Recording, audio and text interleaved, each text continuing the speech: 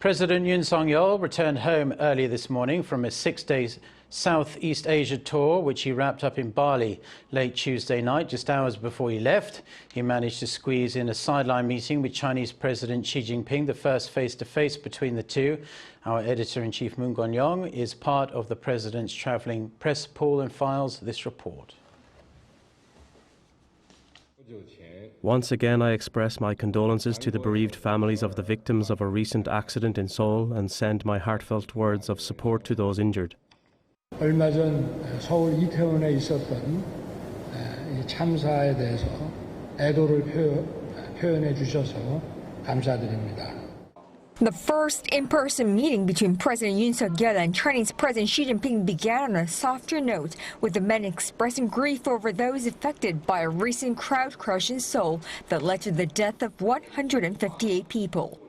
The face-to-face coming on the sidelines of the G20 in Bali was confirmed at last minute, evidencing both delegations' awareness for a need, at the same time highlighting the sensitivity of the Seoul-Beijing ties.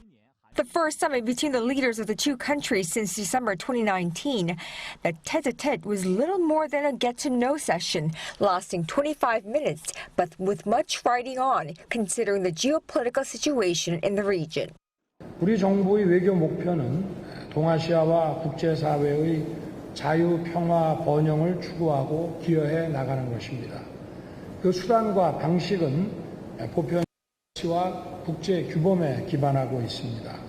중국의 역할이 매우 중요합니다. With experts warning that a nuclear test by North Korea is imminent, President Yoon asked China to play a more active, constructive role in curbing the nuclear threat from North Korea.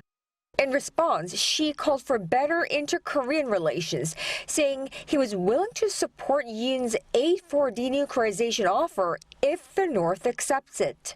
Yoon is also expected to have explained to Xi his new Indo-Pacific strategy that he unveiled in Phnom Penh over the weekend. China and South Korea are close neighbours that will always live next to each other, partners that cannot be separated. China is ready to work with South Korea to scale up communication and coordination at the G20 and other fora, jointly practice true multilateralism and safeguard overall peace and stability in the region. Mr. Xi added that he would take up on South Korea's invitation for a visit once the COVID pandemic has been settled. The 6-day two-nation tour intended for the ASEAN and G20 summit in related countries turned out to be more than that for the South Korean president, having sat down with all three leaders of South Korea's key nations.